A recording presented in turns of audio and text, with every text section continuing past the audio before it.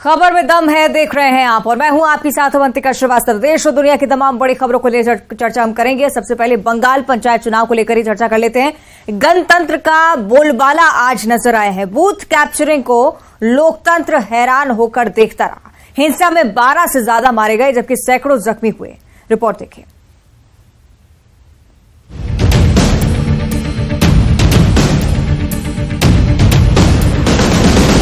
बंगाल पंचायत चुनाव में लोकतंत्र नहीं बल्कि गणतंत्र दिखा। गोलीबारी और बमबारी चुनावी तैयारी पर पड़ी भारी। चुनाव आते हैं जनप्रतिनिधियों को चुनने के लिए, वो जनप्रतिनिधि जिनका चरित्र जनसेवा का होना चाहिए। लेकिन बंगाल में तो रक्त चरित्र नजर आया। ऐसा लगा मानो बमों की गूंज और गोलियों की तड़तड़ाहट में लोकतंत्र की आवाज दब गई हो। मतपेटियों पर कहीं आग बरसी, कहीं पानी बरसा, कहीं कहीं तो मतपेटियों की लूट भी मची। पश्चिम बंगाल का पंचायत चुनाव रक्त रंजित हो गया। वोटिंग के दौरान जमकर खून बहा, बम चले, खूब बंदूकें और तमंचे तड़के। कहीं तोड़फोड़ की गई, कहीं बूथ कैप्चर किए गए, कहीं बैलेट बॉक्स को तालाबों में डुबो दिया गया, तो कहीं जबरदस्त आगजनी हुई। बंगाल के ज्यादातर हिस्सों को हिंसा ने चपेट में ले लिया। लेकिन बैलेट के बक्से लेके कैसे भागा जाता है, कैसे चुनावों में रिगिंग होती है, सामने नजर आया। और साथ ही साथ बंगाल का बम कल्चर नजर आया। बम धमाकों से डर पैदा करना, भय पैदा करना और हत्या के रास्ते सत्ता अपनाना। 12 से ज्यादा हत्याएं, सैकड़ों नहीं हजारों लोगों को घायल कर देना और सैकड़ों पोलिंग बूथों पर लूट की खुली छूट, ये अपने आप में दिखाता है कानून व्यवस्था चरमरा गई है, लोकतंत्र की हत्या हो रही है। और चुनावों में अपनी जीत को सुनिश्चित करने के लिए किसी कोई भी हत्या कर दो, पर सत्ता जरूरी है। ये ममता जी के राज में देखने को मिलता है। ये सारे प्रिकॉशंस के बावजूद जब जमीनी स्तर पर जब स्थानीय पुलिस और प्रशासन खुद ही पार्शियल हो जाए और बायस्ड हो जाए और राजनीतिक दृष्टि से काम करे, ये तो संवैधानिक व्यवस्था इसको नहीं कहा जाता है। और विशेष करके डेमोक्रेसी में हिंसा की कोई स्थान नहीं है, लेकिन वहाँ की स्थानीय सरकार जनाधार खो चुकी है। उसकी भय से वो हिंसक प्रवृत्ति अपना रहे हैं। इस पंचायत चुनाव को 2024 के लोकसभा चुनाव का सेमीफाइनल माना जा रहा है। लेकिन जो तस्वीरें बंगाल से आई हैं वो डरावनी हैं। ऐसा लग रहा है कि यहाँ हिंसा करने की पूरी आजादी दी गई हो। बीजेपी ने सवाल ममता बनर्जी से पूछा है कि क्या सत्ता के लिए हत्या वाजिब है। महिलाओं के साथ अपराध हुआ, आगजनी हुई, लोगों के घर तोड़ दिए गए, बीजेपी के दफ्तर तोड़ दिए गए, आग लगा दी गई और भय पैदा किया गया कि भाजपा में रहोगे तो मार दिए जाओगे, तृणमूल में आ जाओगे तो कहीं ना कहीं लगा दिए जाओगे। क्या यही लोकतंत्र है? मैं पूछना चाहता हूं ममता बनर्जी जी से कि सत्ता के लिए हत्या क्या ये वाजिब है? क्या बम कल्चर अब बंगाल की पहचान बन गया है? क्या पोलिंग बूथों को लूटना ये आपकी शान है? ये पहचान आज बंगाल की ममता बनर्जी ने बनाई है, जिनमें थोड़ी सी भी ममता बंगाल के लोगों के लिए नहीं है। राज्य की 63,228 ग्राम पंचायत सीटों पर 60,000 से अधिक केंद्रीय जवान तैनात किए गए थे। लेकिन हैरत की बात है कि केंद्रीय बलों की तैनाती के बावजूद भी हिंसा का दौर थमा नहीं। Bureau report, news 18। और इधर मध्य प्रदेश में साल 2018 में मिली हार को लेकर बीजेपी मानती है कि इसका सबसे बड़ा कारण था दलित वोटर्स की नाराजगी और इसलिए पार्टी दलित वोट बैंक को हर हाल में साधने की कोशिश में जुटी हुई है। खासतौर पर ग्वालियर चंबल अंचल, जहां पर सिंधिया इस लक्ष्य को साधने में खुद जुटे हुए हैं। तभी तो महाराज न केवल झाड़ू लगाते दिख रहे हैं बल्कि दलितों के साथ भोजन करते हुए वाल्मीकि समाज के कार्यक्रम में 4 पीढ़ियों का नाता तक बता रहे हैं।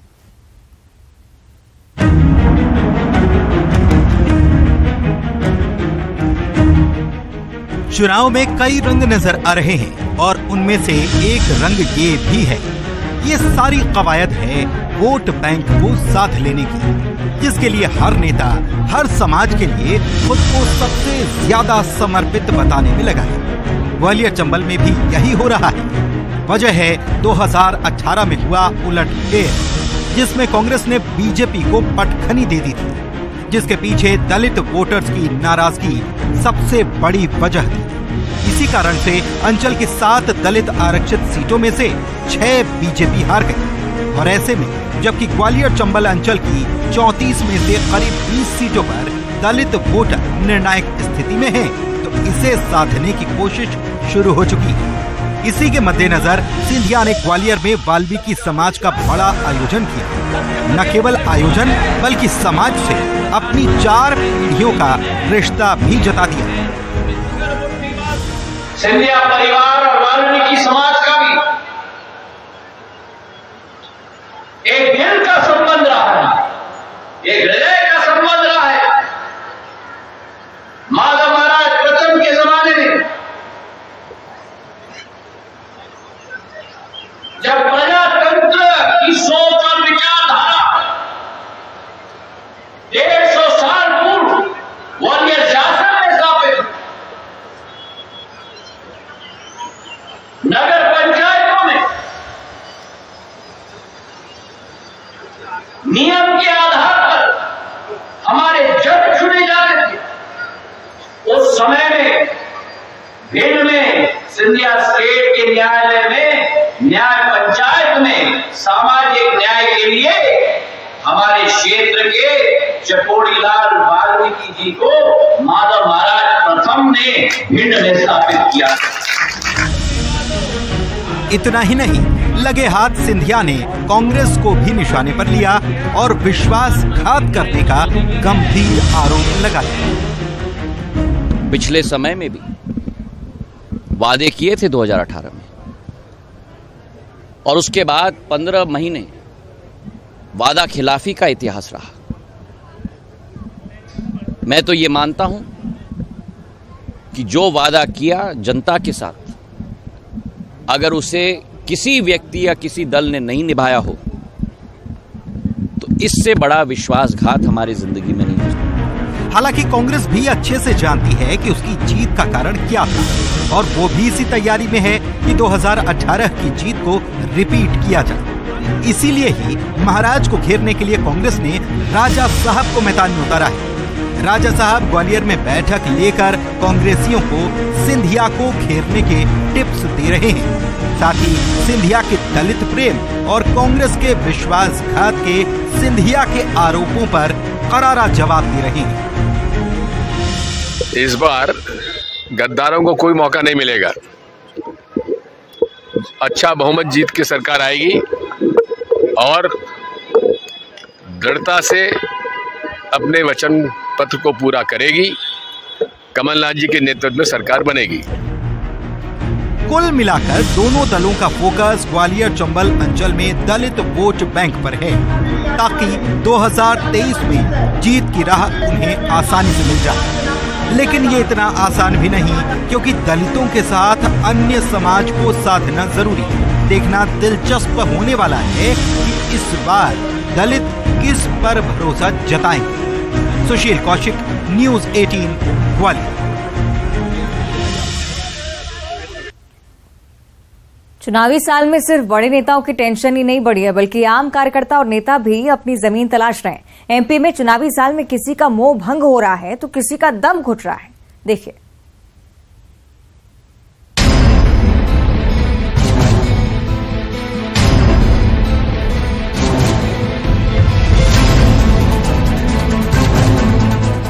चुनावी साल में दल बदल एक आम बात होती है, लेकिन चिंता का विषय तब बन जाता है जब एक नेता के साथ बड़ी संख्या में कार्यकर्ता दल बदल तो करते हैं, लेकिन कुछ दिनों बाद ही उनका मोह भंग हो जाता है और वापस से वह पुरानी पार्टी में जाने लगते हैं। आखिर सिंधिया के साथ आए कार्यकर्ता क्यों वापस से कांग्रेस का रुख कर रहे हैं, देखिए इस खबर में। मॉनसून का मौसम है, चुनावी साल है, और ऐसे में एमपी की राजनीति में सभी की अपनी अपनी सियासी चाल है। नए रिश्ते बन रहे हैं, पुराने टूट रहे हैं। किसी का मोह भंग हो रहा है तो किसी का दम घुट रहा है। चुनावी साल में सियासी इच्छाएं नेताओं के मन पर गहरा असर डाल रही हैं। सियासी भावनाओं के जाल में वो भी फंस गए हैं जो कभी महाराज की जय जयकार करते नहीं थकते थे। ग्वालियर से पार्षद राहुल राय उन्हीं सिंधिया समर्थकों में से एक हैं जिनका कांग्रेस से मोह भंग हुआ था और ज्योतिरादित्य सिंधिया के साथ बीजेपी से रिश्ता जोड़ लिया था। लेकिन चुनावी साल में मन फिर विचलित हो गया। बीजेपी में दम घुटने लगा और फिर हाथ का साथ थाम लिया। क्यों आपने छोड़ी बात? मैं अभी भाजपा में था तो मेरा वहाँ भाजपा में दम घुट रहा था, क्योंकि मेरा पूरा परिवार कांग्रेसी परिवार रहा है शुरू से लेके अभी तक। और ये भाजपा वाले हमको वैसी गाँव से देखते थे कि ये कहाँ से आ गए हैं ये लोग। तो आपके सिंधिया जी के साथ बीजेपी गए थे? हाँ, उन्हीं के साथ गया। कांग्रेस का कहना है कि सिंधिया के साथ कांग्रेस छोड़कर बीजेपी में गए लोगों की हालत नई बहू जैसी है। कितना भी अच्छा काम करे, सास को पसंद नहीं आ रहा। नतीजा है कि उपेक्षित पूर्व कांग्रेसी फिर से कांग्रेसी हो रहे हैं। अरे पुराने बीजेपी वाले सासों की तरह व्यवहार कर रहे हैं। सिंधिया जी खुद तो सेट हो गए नौनी बहू बन के, लेकिन जो साथ के कार्यकर्ता है उनकी हालत पतली है, जाएंगे कहाँ? पॉलिटिक्स में कोई आदमी आता है तो वो अपनी सेवाओं का जो है सम्मान चाहता है। बहुत सारे लोग लौट रहे हैं। खुद जो है परिस्थितियां कभी भी कुछ भी करवट ले सकती हैं। आज उनकी स्थिति क्या है? हम लोग घड़ी खम्मा करते थे, महाराज महाराज कहते थे, वहाँ पे बेचारे चाय सर्व कर रहे हैं। तो क्या बीजेपी में सिंधिया गुट की उपेक्षा हो रही है? कम से कम बीजेपी तो ऐसा नहीं मानती। देखिए, भाजपा में कहीं किसी कार्यकर्ता की उपेक्षा नहीं होती है। जो लोग आदरणीय सिंधिया जी के साथ आए थे वो चाय में शक्कर की तरह भाजपा में घुल चुके हैं। हमारा संगठन हमारे लिए सर्वोपरि है और प्रत्येक कार्यकर्ता को जो भी दायित्व हमारा संगठन खुद देता है वो प्रत्येक कार्यकर्ता का मूल्यांकन करता है और उसको दायित्व उस हिसाब से देता है। आज मेरे संगठन ने मुझ जैसे छोटे कार्यकर्ता को अगर ये दायित्व दिया है तो मैं उस दायित्व का निर्माण कर रहा हूँ। और कुछ लोग जैसे आप जिनकी बात कर रहे हैं तो महत्वाकांक्षा के आगे उनको लगता है हम पार्टी सबकी चिंता करती रहेगी। चुनावी मौसम में दल बदल कोई नई बात नहीं है। पुरानी रणनीति बदली जाती है, नए समीकरण बनाए जाते हैं। न्यूज़ 18 के लिए भोपाल से शैलेंद्र भदौरिया की रिपोर्ट। इधर लद्दाख के न्योमा सैन्य स्टेशन पर सेना ने अपना शौर्य दिखाया। जवानों ने यहां पर तैनात अत्याधुनिक हथियारों और व्हीकल्स के साथ एक्सरसाइज की है, जिसमें धनुष भी शामिल था। जबलपुर में बना धनुष वो अचूक हथियार है जो युद्ध भूमि में काल से कम नहीं है। ड्रैगन होगा फुस, खाली एक न जाए वार, दुश्मन डालेगा हथियार। मेक इन इंडिया की मिसाल बैटलफील्ड में बरसाए काल।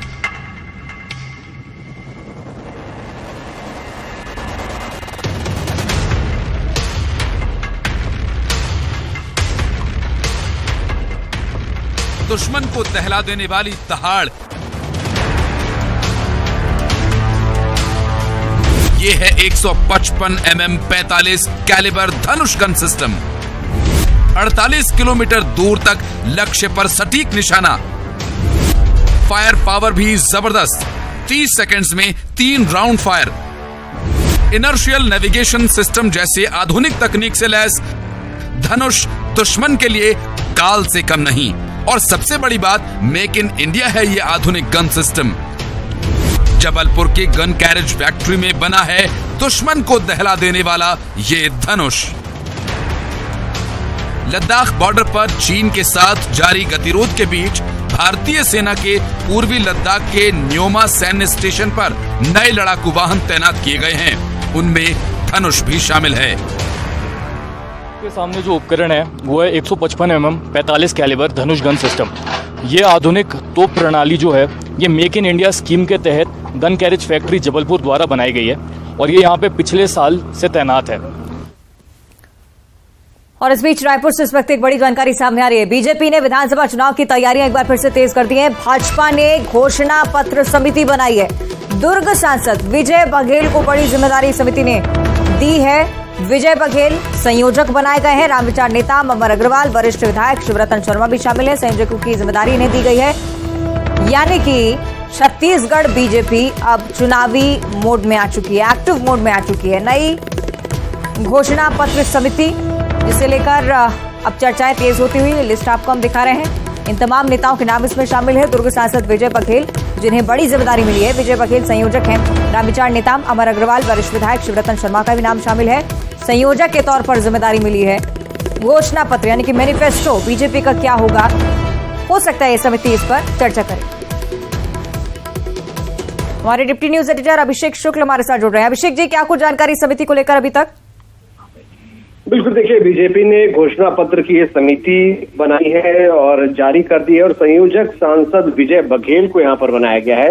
ये बड़ा कद विजय बघेल का उनकी गंभीरता को देखते हुए ये दिया गया है और 31 सदस्यीय ये समिति है, ये घोषणा पत्र तैयार करेगी।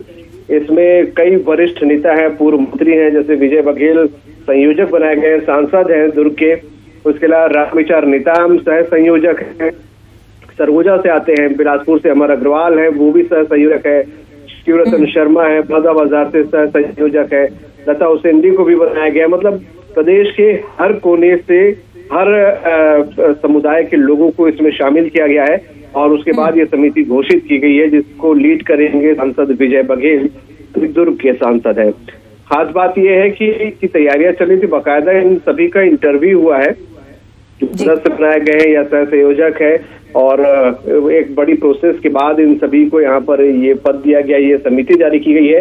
घोषणा पत्र समिति देखिए बहुत अहम इसलिए भी है क्योंकि पिछले 5 सालों में घोषणा पत्र, कांग्रेस ने ये दावा किया है कि घोषणा पत्र जो उसने बनाया था, जो कहा वो किया, और पिछले कांग्रेस सरकार आने में घोषणा पत्र समिति की भी अहम भूमिका मानी जा रही थी। इसीलिए इस बार भी घोषणा पत्र बहुत अहम है, ये बात कही गई थी। सुबह ही हमारी कांग्रेस के घोषणा पत्र समिति जो थी, पिछली बार 2018 में टी.एस. सिंहदेव से सवाल किया था हमने, उन्होंने कहा था कि इस बार तो नहीं रहेंगे लेकिन सदस्य के तौर पर जरूर रहेंगे। तो बिल्कुल, यानी कि कुल मिलाकर कह सकते हैं अभिषेक जी की पूरी गंभीरता बढ़ती जा रही है इस बार बीजेपी की तरफ से। बहुत शुक्रिया आपका फिलहाल इस चर्चा के लिए। और आइए अब देखते हैं 5 मिनट में 25 खबरें। कर्नाटक में जैन मुनि कामकुमार नंदी महाराज की हत्या, 9 टुकड़ों में काटकर फेंका गया शव, बुधवार से थे लापता। रेल यात्रियों के लिए बड़ी राहत, सस्ता हुआ ट्रेन का सफर, एसी, चेयर कार और एग्जीक्यूटिव क्लास के किराए में 25% कटौती। तेलंगाना में गरजे पीएम मोदी, तेलंगाना सीएम पर साधा निशाना, केसीआर मतलब सबसे भ्रष्ट सरकार। शरद पवार ने भरी हुंकार, कहा नहीं हूं मैं थका, फिर से खड़ी करूंगा पार्टी, करूंगा पूरे महाराष्ट्र का दौरा। नेता से किसान बने कांग्रेस के युवराज, हरियाणा के सोनीपत में किसानों के बीच पहुंचे राहुल गांधी, धान रोपने के लिए कीचड़ भरे खेत में उतरे। कुछ घंटों की बारिश ने खोली प्रशासन के दावों की पोल, दिल्ली के सबसे पॉश इलाके में सांसदों के आवास भी डूबे। गुना में दिग्विजय पर शिवराज सिंधिया का डबल अटैक, सीएम ने कहा एमपी को बना दिया था बीमारू राज्य, केंद्रीय मंत्री सिंधिया बोले बंटाधार का रावण सा इंकार। सीधी कांड पर वीडी शर्मा का दावा, न्यूज 18 से बोले कमलनाथ सरकार के समय का है वीडियो, कांग्रेस ही फैला रहे भ्रम। जबलपुर में महिला टीआई का चढ़ा पारा, लेट होने पर ट्रैफिक कांस्टेबल को जड़ा थप्पड़, एसपी ने दिए जांच के आदेश। बीजेपी ने दिया था 40 करोड़ का ऑफर, उज्जैन में बोले कांग्रेस विधायक मुरली मोरवाल, राज्य मंत्री बनाने की कही थी बात। इंदौर में सामने आए आदिवासी भाइयों के साथ बेरहमी, घर में बंद कर पिटाई की, दोनों का एमवाय अस्पताल में इलाज जारी। भिंड विधायक संजीव सिंह कुशवाहा के तीखे तेवर, कलेक्टर के सामने कर्मचारी को लगाई फटकार, पाइपलाइन बिछाने के काम में लापरवाही बरती गई। ग्वालियर के बीएड कॉलेज में छात्रों के डांस का वीडियो वायरल, पीले पीले मेरे राजा गाने पर जमकर झूमते दिखे छात्र। मुरैना में कॉलेज में परीक्षा देने गए छात्रों का हंगामा, कॉलेज प्रबंधन के खिलाफ नारेबाजी और प्रदर्शन, रुपए लेकर नकल नहीं करवाने का आरोप। करप्शन पर पीएम के जीरो टॉलरेंस वाले बयान पर सीएम का पलटवार, कहा बीजेपी में जा रहे सारे करप्ट लोग, मंच पर छत्तीसगढ़ मैतारी को लेकर भी कसा तंज। सीएम के बयान पर अरुण साव का पलटवार, कहा बीजेपी ने कभी नहीं किया छत्तीसगढ़ मैतारी का विरोध, कांग्रेस ने प्रदेश को बनाया एटीएम। बीजेपी के जयवीरू वाले वार पर टी.एस. सिंहदेव का पलटवार, फिल्म शोले हुई पुरानी, अब चल रही कका बाबा की जोड़ी वाली पिक्चर। सूरजपुर बीजेपी मंडल महामंत्री विशंभर यादव को किया गया एयरलिफ्ट, इलाज के लिए भेजा गया दिल्ली एम्स। दुर्ग में हुई लगातार बारिश ने शिवनाथ नदी उफान पर लाई, पिकनिक स्पॉट पर बहभरा एनीकट, जान जोखिम में डालकर सेल्फी ले रहे स्थानीय निवासी। राजमाता देवेंद्र कुमारी सिंहदेव मेडिकल कॉलेज का लोकार्पण, CM Bhupesh Baghel, deputy CM T.S.. Singhdeo ने किया वर्चुअल उद्घाटन, सरगुजा संभाग के लिए बड़ी सौगात। नंदकुमार साय ने किया यूसीसी का समर्थन, कहा यूसीसी से किसी वर्ग को नहीं होगा नुकसान, सभी को यूसीसी समझना चाहिए। बिलासपुर में सरेआम 5 लाख रुपए की उठाई गिरी, कार का शीशा तोड़कर 5 लाख रुपए उठा ले गए बदमाश। दुर्ग में आरक्षक से मारपीट का आरोपी गिरफ्तार, मामूली विवाद पर आरोपियों ने की थी मारपीट, गिरफ्तार आरोपियों में 2 भाई और उनकी मां भी शामिल। रायगढ़ में टूनही के शक में बुजुर्ग महिला की हत्या, देवर नाबालिग भतीजा और पड़ोसी ने पीट कर ली जान। कोरबा के एमपी नगर कॉलोनी में देह व्यापार का खुलासा, पुलिस ने 6 लड़की लड़कियों को किया गिरफ्तार, संदिग्ध हालत में पकड़े गए सभी आरोपी। और इसी के साथ बुलेटिन में इतना ही। नमस्कार।